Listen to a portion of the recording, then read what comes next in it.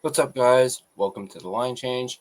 And in this video, we're going to be talking about Elias Pettersson. We're actually going to be continuing our series of our 8 years later. How does Elias Pettersson stack up to the rest in his draft class? We've already covered guys like Brock Besser, Quinn Hughes, and more recently, Niels Höglander. So this video, we're going to be talking about EP40, PD, and so let's go ahead and dive right into it. This article is, of course, brought to you by our friends at Canucks Army. And in particular, this article is written by Jeff Patterson, who was just on the podcast a couple of days ago.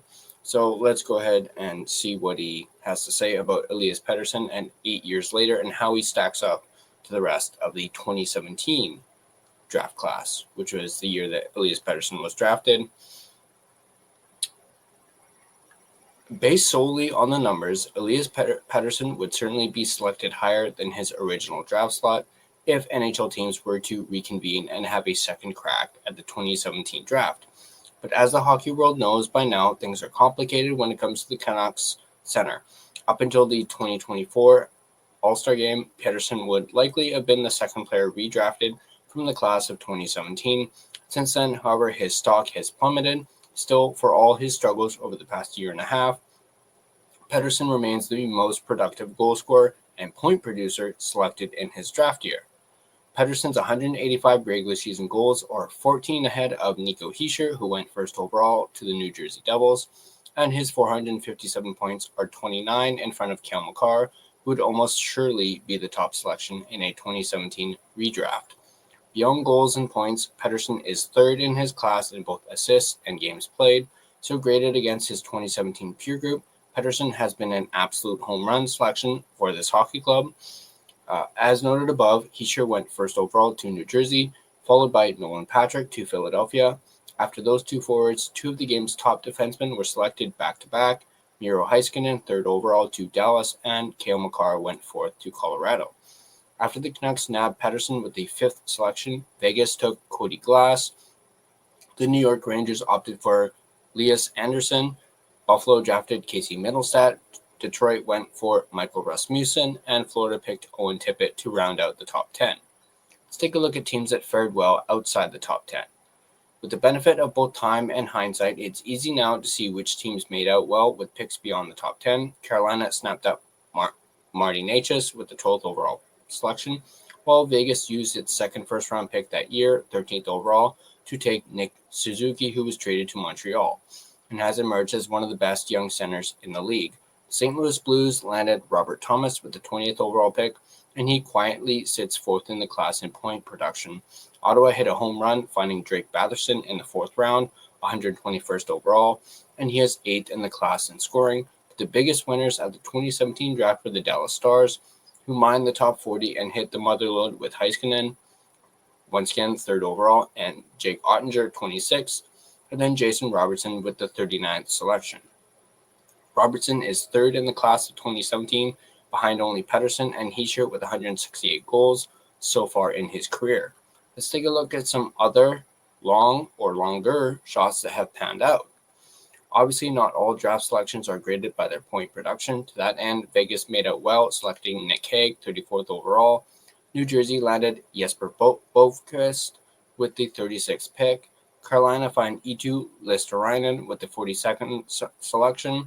San Jose nabbed Mario Ferraro, 49th overall, while Los Angeles unearthed Mikey Anderson with the 103rd overall pick, and Tampa found Nick Perbix in the 6th round, 169th overall. Let's take a look at how Pettersson stacks up.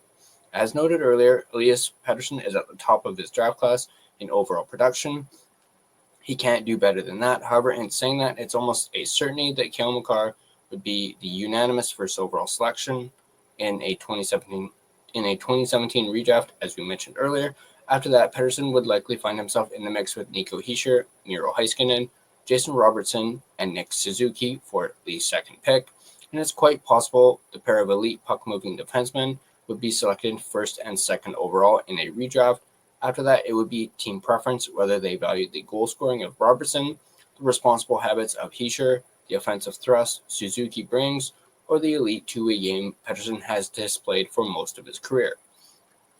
Recent struggles would likely give most teams pause when considering Elias Pettersson in a do-over of the 2017 NHL Draft. Still, it's impossible to look past his 102-point season in 2022-2023 and think he'd fall further than fourth on any team's list. And based on Pettersson's overall body of work, there would have to be teams that would take him second overall and several that would have slotted him in third. So that is the article. Right now, we're going to take a look at the actual draft. Let me just bring this up onto the screen for you guys. Where is it? Share screen.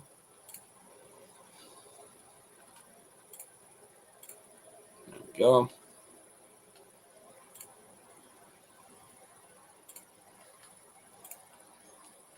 Now let me just move this down to here. There we go. And I'm going to expand this a little bit for you guys. Let's go with, I don't know if that one's going to work. There we go. That one looks okay. Bring this up. So as we mentioned earlier, first overall was Nico Hischier. And as you can see, 9 seasons, 527 games played, 171 goals, 251 assists, 422 points. Then we have Nolan Patrick, drafted second overall, has played 6 seasons, 222 games played, 32 goals, 45 assists, 77 points. So obviously that is quite the letdown for a second overall pick. And actually, I don't even know if Nolan Patrick is even still in the NHL. Let me know in the comment section down below if he is or not, because I haven't heard his name in a really long time. Third overall, you had Miro Heiskanen, 8 seasons played, 475 games, 58 goals, 225 assists, 283 points. Then you have, of course, Cale Makar, 4th overall, 8 seasons played, 395 games, 116 goals, 312 assists, 428 points. Then, of course, there you have Petey, 471 games played, 185 goals, 272 assists, 457 points. Cody Glass, 6th overall, 7 seasons, 252 games, 35 goals, 58 assists, 93 points. Elias Anderson, 6 seasons, 110 games played, 7 goals, 10 assists, 17 points. Again, similar to Nolan Patrick, a bit of a letdown. And again, I'm not sure if Anderson is even still playing in the NHL. You have Casey Mittelstadt at 8th overall, 9 seasons, 438 games, 81 goals, 155 assists, 236 points. Michael Rasmussen, 7 seasons, 390 games, 60 goals, 80 assists, 140 points. Owen Tippett, 10th overall, 7 seasons, 347 games, 93 goals, 92 assists, 185 points. Gabriel Velarde, 11th overall, 7 seasons, 270 games played, 90 goals, 85 assists, 175 points. Marty Necas, 12th overall, 441 games played, 9 seasons, 124 goals, 202 assists, 326 points. Then you have Nick Suzuki, 13th overall, 7 seasons, 455 games, 138 goals, 237 assists, 375 points. Cal Foote of the Tampa Bay Lightning, 14th overall, only 4 seasons played, 145 games, 5 goals, 15 assists, 20 points. Then you have a familiar face in Eric Branson, former Canucks defenseman, drafted 15th overall by the Vegas Golden Knights, 7 seasons, 294 games, 10 goals, 67 assists, 77 points. Then you have Juuso Välimäki, drafted 16th overall by the Calgary Flames, 8 seasons, 271 games, 11 goals, 61 assists, 72 points. Then you have Timothy Liljegren of the Toronto Maple Leafs, 17th overall, 7 seasons, 264 games, 20 goals, 62 assists, 82 points. Then you have Urho Vakanainen, probably butchered that, 18th overall by the Boston Bruins, 8 8 seasons, 187 games, 3 goals, 37 assists, 40 points. Then you have Josh Norris, drafted by the San Jose Sharks, 19th overall, 7 seasons, 239 games, 91 goals, 67 assists, and 158 points. And you have, as we mentioned earlier, Robert Thomas, 8 seasons, 466 games, 107 goals, 289 assists, 396 points. Then you have another familiar face, Filipino, drafted 21st overall by the New York Rangers, 9 seasons, 393 games, 77 goals, 93 assists, 170 points. Then you have Kailer Yamamoto, drafted 22nd overall by the Edmonton Oilers, 8 seasons, 315 games, 60 goals, 77 assists, 137 points. And then Pierre-Olivier Joseph, drafted 23rd overall by the Arizona Coyotes, a recent acquisition for the Canucks. 6 seasons, 194 games, 8 goals, 32 assists, 40 points. Then you have Christian Vesalainen, only played 3 seasons, 70 games, 2 goals, 3 assists, 5 points. You have Ryan Poehling, 25th overall by the Montreal Canadiens, 7 seasons, 283 games, 43 goals, 52 assists, 95 points. Then, of course, there's Jake Ottinger, 26th overall in the first round by Dallas Stars. Definitely a steal for the Dallas Stars. I've always been a big fan of Ottinger. 7 seasons, 251 games. Morgan Frost, drafted 27th overall by the Philadelphia Flyers. 7 seasons, 310 games, 53 goals, 94 points, 94 assists, 147 points. Shane Bowers, drafted 28th overall by the Ottawa Senators, 3 seasons, 13 games played, no points. Henry Jokiharju, probably butchered that as well, 29th overall, Chicago Blackhawks, 8 seasons, 407 games, 19 goals, 78 assists, 97 points. And then you have Tolvanen right there, Clem Costin. Then that's looking into the second round. You had Connor Timmins, drafted 32nd overall by the Colorado Avalanche. And then you have a somewhat familiar name. If you guys paid attention to the Abbotsford Canucks Calder Cup run, you probably heard of the name Cole Lind. He obviously is in the Dallas affiliate, the Texas Stars, and he was a massive pain in the you-know-what during that series, but he was originally drafted by the Vancouver Canucks, 33rd overall. He's only played 3 seasons in the NHL, 31 games, 2 goals, 6 assists, and 8 points. And then you have Nicholas Hag, Isaac Ratcliffe, Jesper Bovquist. Just looking down at some more. And then, there's Jason Robertson, 39th overall, 7 seasons, 374 games, 168 goals, 226 assists, 394 points. Looking down more. See if there's anyone else who's familiar. Mario Ferraro, as was mentioned. Ukko-Pekka Luukkonen, drafted 54th overall.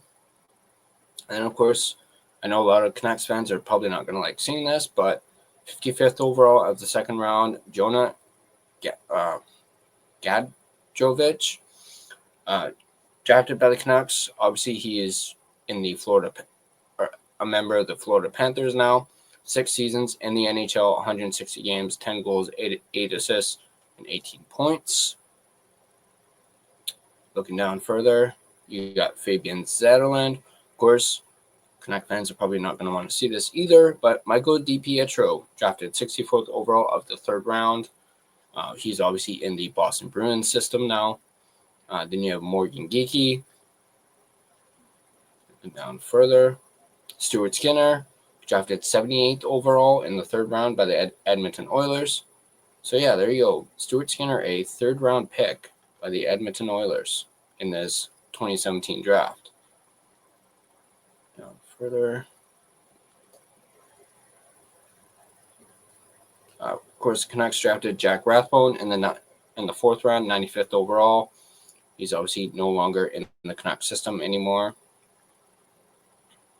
Mikey Anderson, as we mentioned earlier. Jeremy Swayman, drafted 111th overall by the Boston Bruins. So he was pretty far down, 4th round pick for the Bruins. He turned out to be, I guess, pretty good, with the exception of course, last season. Drake Batherson, as was mentioned earlier. I think that is it for well-known names in this draft class. You have Sebastian Aho. No, not Carolina, but the defenseman Sebastian Aho.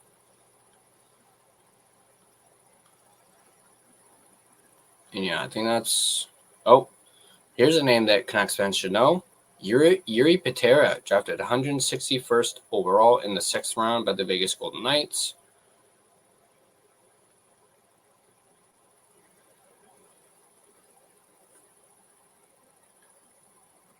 And yeah, I think that's about it for well-known names in this draft. So there you guys go. So yeah. Oops, sorry. If you guys enjoyed this video, be sure to hit that like button. Obviously, I'm not sure what the next one will be, but we will have it for you right here on the line change. Once again, I hope you guys enjoyed this video. I hope you guys liked it. And if you guys want to stay up to date on all your Vancouver Canucks content, be sure to smash that subscribe button and turn on your notifications so you don't miss a single video. You guys can find and interact with us on social media. You can find us on Facebook. Just search The Line Change to find our Facebook page. You can find us on Instagram at The Line Change. You can find us on X at Line Change Man. You can find us on TikTok at the TLC Podcast. Feel free to give us a follow on all of our social media platforms. If you prefer an audio version of this podcast, you can find us on both Spotify and Apple Podcasts. On Spotify, feel free to give us a follow as well as rate and review us. It is, of course, greatly appreciated. But that's going to do it for me in this video. As always, let's go Canucks, and I'll see you guys in the next video.